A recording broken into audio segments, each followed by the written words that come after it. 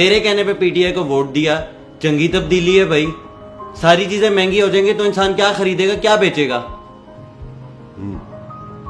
پھر چل میں تجھے ایک کہانی سناتا ہوں, سن لے, تجھے اچھی لگے گی. ایک بہت امیر آدمی تھا, اس کے کوئی 20 دکانیں, 3-4 گھر, کوئی 4-5 گاڑیاں اور 5 بچے تھے. ایک دن ایسا ہوا اس آدمی کا ایکسیڈنٹ ہوا اور وہ مر گیا. بچے کیونکہ چھوٹے تھے, کاروبار سنبھال نہیں سکتے تھے, تو محلے کے لوگوں نے سوچا کہ کسی ایک شخص کو ان کی کفالت پہ لگا دیا جائے. انہوں نے محلے میں سے ایک شخص کو ان کی کفالت کی ذمہ داری دے دی. کچھ دن گزرے تو اس شخص نے سوچا کہ نا ان بچوں کی جائیداد سے کچھ پیسے کمائے جائیں. اس نے کیا کیا, ان بچوں کی جائیداد میں سے 2 دکانیں کسی تاجر کو گروی رکھوا کر تو بہت سارا قرضہ لے لی. اب اس نے اس قرضے میں سے کچھ پیسے تو بچوں کو دے دیے, باقی پیسے اس نے سارے اپنی جیب میں ڈال دیے.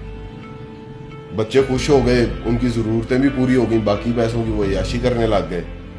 اسی طرح اس شخص نے ان بچوں کی ساری جائیداد تھوڑی تھوڑی کر کے مختلف تاجروں کو دی اور بہت سارا قرضہ لے لیا, اور ان کا کوئی مکمل ذرائع آمدن بھی نہیں بنایا. کچھ عرصے کے بعد ان بچوں کا چچا باہر سے آیا تو اس نے ان بچوں کو ان کے حوالے کیا اور خود وہاں سے نکل گیا سارا پیسہ لے کے. جب چچا نے سارا نظام سنبھالا تو پتا چلا کہ ساری جائیداد تو گروی رکھ دی گئی ہے, تو ذریعہ معاش کوئی تھا نہیں. چچا کو پھر مجبوراً قرضہ لینا پڑا اور بچوں کو دکانوں پر بٹھایا تاکہ وہ کاروبار بھی سنبھال سکیں اور ذریعہ معاش بھی بن سکے اور ان بچوں کا مستقبل محفوظ ہو جائے. اب خود سوچو کہ جب بچوں کے وہ فضول اخراجات بند ہو گئے, ان کو وہ جس طرح سے پیسے آ رہے تھے وہ بھی نہ ملے, تو ان بچوں نے اپنے چچا کو کیا کہا ہوگا؟ تو بچے تو کہیں گے تیرا بیڑا غرق ہو, تیرا کھانا خراب ہو, تو نے تو ہم سے سب کچھ چھین لیا. وہ تو اسے گالیاں دیں گے. یہی عمران خان کے ساتھ ہو رہا ہے. دیکھو, چیزوں کی قیمتیں ضرور بڑھ رہی ہیں, حالات بھی بہت مشکل ہو رہے ہیں, لیکن کسی کو برا بھلا کہنے سے اور گالیاں دینے سے حقیقت بدل نہیں سکتی.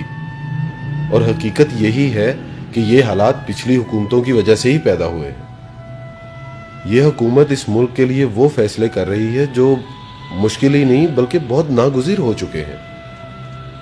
یاد رکھنا, یہ ملک ہمارا گھر ہے اور اپنے گھر کو بچانے کے لیے اور سنبھالنے کے لیے اپنوں کو ہی قربانیاں دینی پڑتی ہیں, اکٹھے ہو کر چلنا پڑتا ہے. اور اگر ہم سب ساتھ مل کر چلیں گے تو انشاءاللہ ضرور بدلے گا پاکستان.